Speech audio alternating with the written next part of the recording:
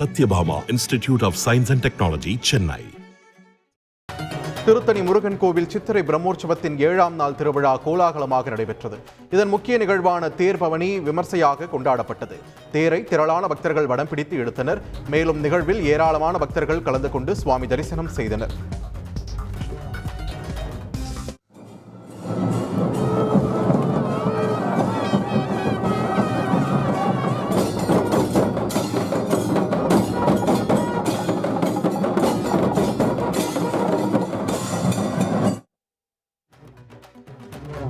கிருஷ்ணகிரி மாவட்டம் ஹோசூர் அருகே சுமார் 5000 ஆண்டுகள் பழமை வாய்ந்த சௌந்தரியவல்லி ஸ்ரீ பேட்டராய சுவாமி கோவில் தேரோட்டம் வெகு விமர்சையாக நடைபெற்றது. தேர் திருவிழா கடந்த 5ஆம் தேதி பால் கம்பம் நடும் நிகழ்ச்சியுடன் தொடங்கியது. விழாவில் முக்கிய நிகழ்வான தேரோட்டம் வெகு விமர்சையாக நடைபெற்றது. இதில் திரளான பக்தர்கள் கலந்து கொண்டு தேரை வடம் பிடித்து இழுத்தனர்.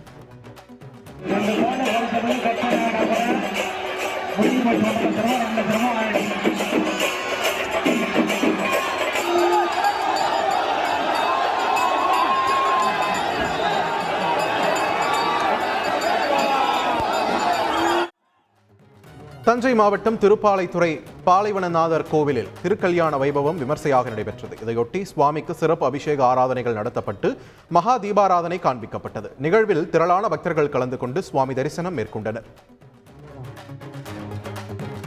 விழுப்புரம் மாவட்டம் செஞ்சி அருகே ஸ்ரீ முத்துமாரியம்மன் கோவில் தேரோட்டம் வெகு விமர்சையாக நடைபெற்றது.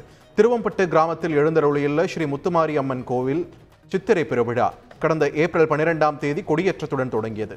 8 நாட்கள் நடைபெறும் இந்த பெருவிழாவின் முக்கிய நிகழ்வான தேரோட்டம் வெகு விமர்சையாக நடைபெற்றது. இதில் அமைச்சர் செஞ்சி மஸ்தான் உள்ளிட்ட திரளான பக்தர்கள் கலந்து கொண்டு தேரை வடம் பிடித்து இழுத்தனர்.